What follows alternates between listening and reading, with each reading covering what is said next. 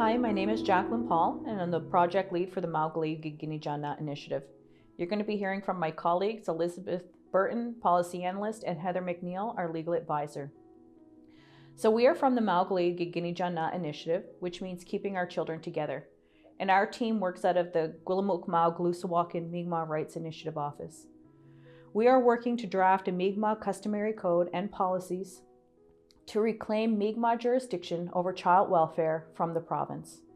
The work we are doing on the Mi'kmaw Customary Code is an exercise of Aboriginal right and self-governance and does not derogate from the Aboriginal treaty and inherent rights of the Mi'kmaw rights holders. The Mi'kmaw Customary Code and policies will also remain in draft form until they are ratified and can be changed based on the feedback we receive from our stakeholders.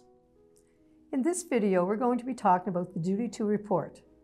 The Mi'kmaw Customary Code clearly sets out that every person who has information that a Mi'kmaw child or any child may or is experiencing harm must report the matter to the agency without delay.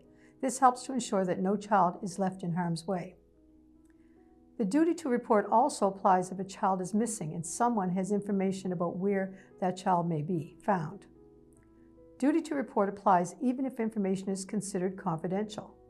An exception to this is the solicitor-client privilege. In that case, the duty to report would not apply to information that is privileged because of a solicitor-client relationship. Reports are often made by a third party, but a family could self-refer for help. This is a sign of strength because it shows you can acknowledge that you and your family need help and you are willing to accept services and supports to address your concerns. It can be difficult to make a report about a child in harm's way, and the policies speak to how people making a report can maintain their anonymity. When making a report, you can request to remain anonymous and not share your name with the social worker.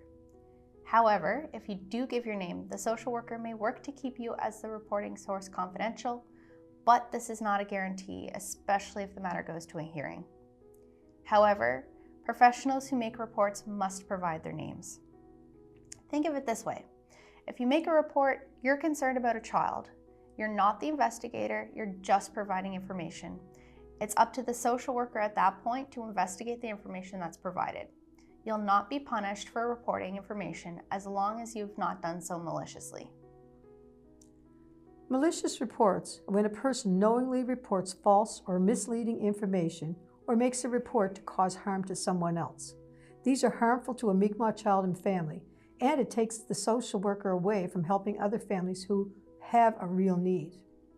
The MKK team are considering how best to address malicious reports.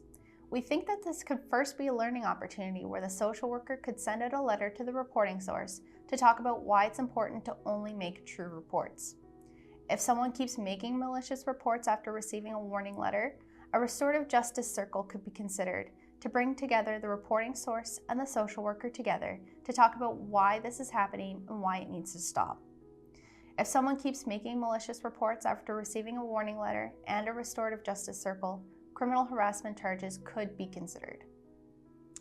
Thank you for listening.